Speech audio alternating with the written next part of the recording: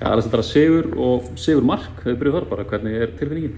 Bara mjög góð, alltaf gaman að vinna og ekstra gaman í því að fá skipti sem ég skora.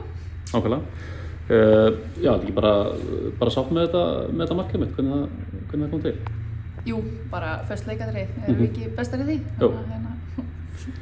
Klart mál, en bara, þú veist, hvernig fannst þér leikurinn bara spilast? Bara fannst við að geta nýtt svæðið á miðjunni betur í fyrri hálfleik. Það var rosalega stór svæði. Mér fannst það aðeins þéttari í seinni hálfleik og mér fannst það kannski meira svona kontról á þeirra vallarhelmingi.